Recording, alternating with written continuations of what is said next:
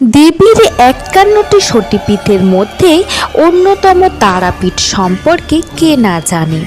মা তো এখানে সদাই বিরাজমান, কিন্তু এটা কি জানেন মা এখানে জীবন্ত।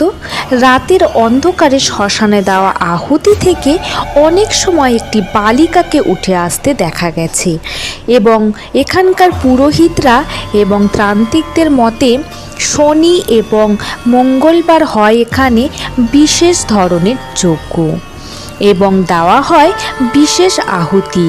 শনি এবং মঙ্গলবার যদি কোনো ভক্ত এসে মায়ের কাছে কিছু চান তাহলে মা তাকে কখনোই ফেরান না।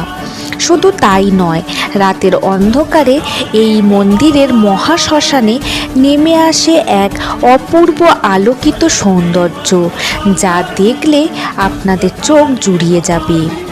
জয় মা তারা।